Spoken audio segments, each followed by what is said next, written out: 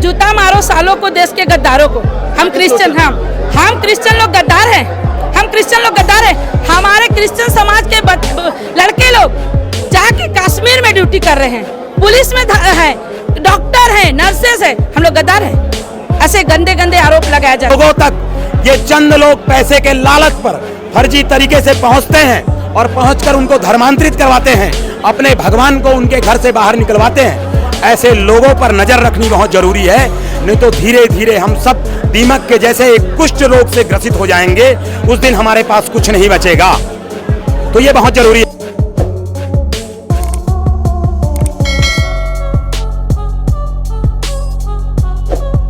दुर्ग railway station की ये भीड़ आपको सुबह से हम लगातार दिखा रहे हैं और अभी भी ये तस्वीर हालांकि ताज़ा है और इस वक्त आप देख सकते हैं कि किस तरह से भरे रेलवे स्टेशन में सिर्फ एक मामला, एक मुद्दा जो शुरुआत होता है एक 3 लड़कियों को लेकर के, जिनसे ये आरोप लग रहे थे बार बार कि तीनों लड़कियों को यहाँ से आगरा कहीं ले जाया जा रहा है। लेकिन इस पूरे मामले को लेकर के तुल इतना पकड़ता है, मामले इतने बढ़ जाते हैं कि दोनों पक्षों की भीड़ के साथ साथ पुलिस बल भी यहाँ पर तैनात हो चुका है। इसी के साथ आपको देख रहे तस्वीरें, दोनों पक्ष कहीं ना कहीं एक दूसरे के जो धर्म के नारे हैं वो लगाते नजर आ रहे हैं। कहीं कोई जय श्री राम कहता नजर आ रहा है तो कहीं कोई यीशु मसीह है, उनके आराधना के लिए उनके जो नारे होते हैं वो लगाते नजर आ रहा है और लगातार इस तरह की स्थितियाँ बरकरार देखी जा रही है। सुबह 8 बजे से ये मामला होता है और सुबह 8 बजे के बाद धीरे धीरे जो है ये मामला इतना बढ़ जाता है कि ये भीड़ आपके सामने देखने को मिलती है। इससे पहले भी हमने अपडेट दिया है कि किस तरह से 2 नन और एक शख्स और जिनको तीनों को बैठाया गया, उन तीनों से पूछताछ जारी थी। लेकिन इसी के बाद ये तस्वीरें भी आपको दिखाना ज़रूरी थी कि धीरे धीरे मामले ऐसे बढ़ जा रहे हैं कि धार्मिक जो मोड़ है वो इतना ज़्यादा कटुता की तरफ चले जा रहा है कि लगातार जो है लोग एक दूसरे के पीछे जो हैं इस तरह से पड़े हुए हैं। और देखिए चारों तरफ एक तरफ नारे लग रहे थे, दूसरी तरफ ये है कि इस कदर चीज़ें इस कदर हो जा रही हैं कि चिढ़ाने जैसी स्थिति हो जा रही है।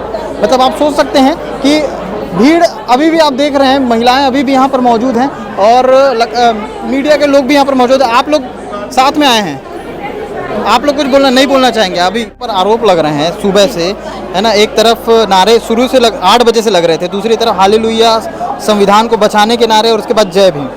क्या अभी तक निकल के आया है सामने? अभी तक आप लोगों को कुछ पता चला है, जानकारी? देखिए सर, हमको यही पता चला है कि जो लड़की के घर के लोग थे उन लोग मतलब लेके आए हैं कुछ प्रूफ कि ये लड़की लोग कहाँ जा रहे थे, कैसे जा रहे थे, क्या है। अंदर में प्रशासन छानबीन कर रही है। बहुत जल्दी ही मतलब अंदर से मतलब खबर आ जाएगी।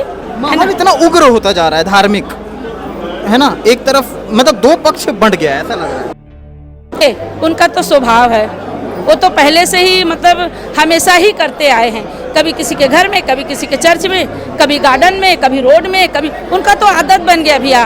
उनका हल्ला गुल्ला करना, नंगा नाचने का उनको तो आदत बन गया है ना। वो तो हमेशा ही करते रहते, इसमें तो कोई नई बात तो है नहीं कि आज नया कुछ हुआ है। आज आप लोगों की भी भीड़ देखी गई दुर्ग रेलवे स्टेशन में। देखिए बात जब समाज की आती है ना, अभी 4 दिन पहले का आपने एक वीडियो देखा होगा जिसमें हमारे राकेश भाई है ना, बोलते हैं कि जूता मारो सालों को देश के गद्दारों को। हम क्रिश्चियन लोग गद्दार हैं। हम क्रिश्चियन लोग गद्दार हैं। हमारे क्रिश्चियन समाज के लड़के लोग जाके कश्मीर में ड्यूटी कर रहे हैं, पुलिस में है, डॉक्टर है, नर्सेस है। हम लोग गद्दार हैं। ऐसे गंदे गंदे आरोप लगाया जाता है, गालियाँ दिया जाता है। उनको कोई और जगह नहीं मिलता है जाके पूजा पाठ करने के लिए। पैसे को लेकर धर्मांतरण का आरोप लगता है। देखिए पैसे को लेकर अगर धर्मांतरण का आरोप लगता है ना, तो सरकार से मैं गुजारिश करूंगी कि जो गरीब लोग हैं, दीन लोग हैं, दरिद्र लोग हैं, जिनकी कमियां पूरी नहीं होती, आप पूरा कर दीजिए। कोई भी धर्म परिवर्तन नहीं करेगा अगर ऐसी बात से। मैं देख रहा था आप लोग शांत थे, लेकिन अचानक से आप लोग फिर उग्र होते हैं। बर्दाश्त की भी कोई हद होती है। इन लोग सुबेरे से हम लोग को तंग करके रखे हैं, जबरदस्ती प्रशासन पे दबाव डाल रहे हैं। ऐसा लिखो, ऐसा करो, ऐसा नहीं करोगे तो हम ये करेंगे, वो करेंगे, ये करेंगे।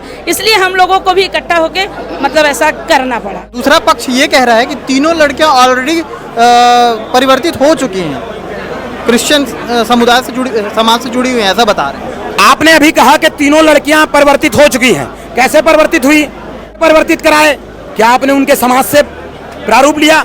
ऐसे में तो समाज पूर्ण है, सब समाज बना हुआ है, साहू समाज बना हुआ है, धीमर समाज बना हुआ है, यादव समाज बना, सबके सर्टिफिकेट बने हुए हैं। जब आप उनको धर्मांतरित कर चुके हो और आप बोल रहे हो कि हमने धर्मांतरित कर लिया है, फिर ले जा रहे हैं। धर्मांतरित आज तक हिंदू समाज में कोई नहीं बोल सकता कि उसके बड़े से बड़े शंकराचार्य किसी के सर्टिफिकेट लेके या किसी को धर्मांतरित करवाया होगा, किसी दूसरे धर्म मानने वालों को। लेकिन आपके धर्म को धर्मांतरित करवाने का मौका क्यों लगता है? आप धर्मांतरित करवाते क्यों हो? तो कुछ तो खेल है, आपको अपने खुद के ऊपर वाले के ऊपर भरोसा नहीं है, इसलिए आप हमारी बहनों को, हमारी माताओं को, हमारे भाइयों को आप धर्मांतरित करवाते हो।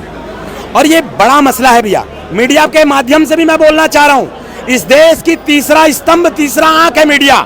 मीडिया को समझना होगा छत्तीसगढ़ के धरातल पर और पूरे पटल पर जैसे हिंदुओं के साथ छलावा हो रहा है, हिंदू के नीचे तबके के लोगों तक ये चंद लोग पैसे के लालच पर फर्जी तरीके से पहुंचते हैं और पहुंचकर उनको धर्मांतरित करवाते हैं, अपने भगवान को उनके घर से बाहर निकलवाते हैं।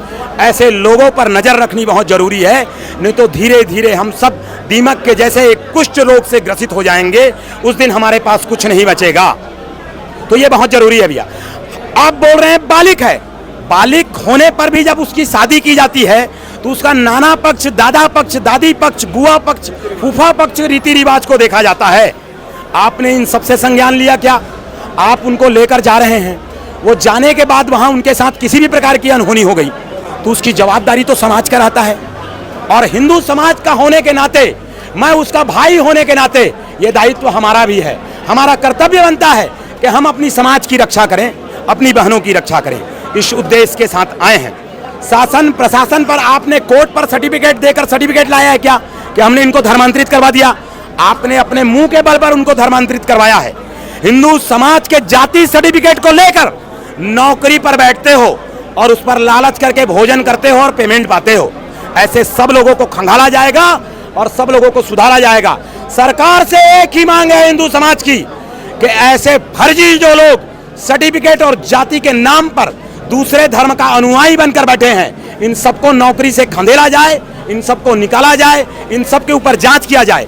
इनकी एक बड़ी सरगना है, मोबाइल के माध्यम से मैसेज भेजा जाता है अलग अलग प्रखंडों पर, अलग अलग जिलों के अलग अलग क्षेत्रों पर, अलग अलग ब्लॉकों पर। जिनको मैसेज मिलता है वही भाई, वही माताएं, वही बहन वहां उस प्रार्थना स्थल पर पहुंचती हैं, अन्यथा कोई दूसरा नहीं जा सकता। चर्च तो दुर्ग पर भी एक चर्च है। दुर्ग पर जो चर्च चौक है, राजेंद्र पार्क चौक के पास, वहां हर कोई जाते हैं, वहां कोई संगठन कभी आंदोलन नहीं करता।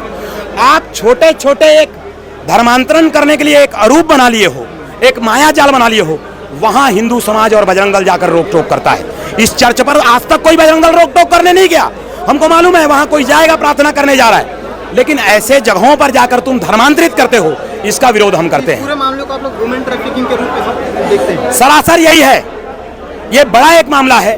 हमारी बहन को लेकर कल क्या किया जाता, इसकी कोई जानकारी नहीं है, ना उनके नाना पक्ष में, ना उनकी दादी पक्ष में, ना उनकी बुआ पक्ष में, ना उसमें। आप ये जानकारी नहीं दिए हैं, ना उनके समाज में दिए हैं। कल को वो बच्ची जाकर कहाँ जाती, विदेश में बेची जाती या यहाँ किसी दूसरे के द्वारा बेची जाती, इसकी कोई जानकारी नहीं है। हम अपनी बहन को बचाने के लिए एक काम करते हैं। हर हिंदू समाज के भाइयों से कहना चाहता हूँ, बहनों से कहना चाहता हूँ, ऐसा जाल में ना फंसे। किसी की बीमारी ये कभी ठीक नहीं कर सकते। अगर ठीक करते तो कोविड काल में लाखों की संख्या जो हिंदुस्तान पर मरे, उससे ज्यादा इनके देश पे मरे हैं, वो सब ठीक हो जाते। ये सारा एक भ्रम है, ये सब सारा माया जाल है, इससे बचो।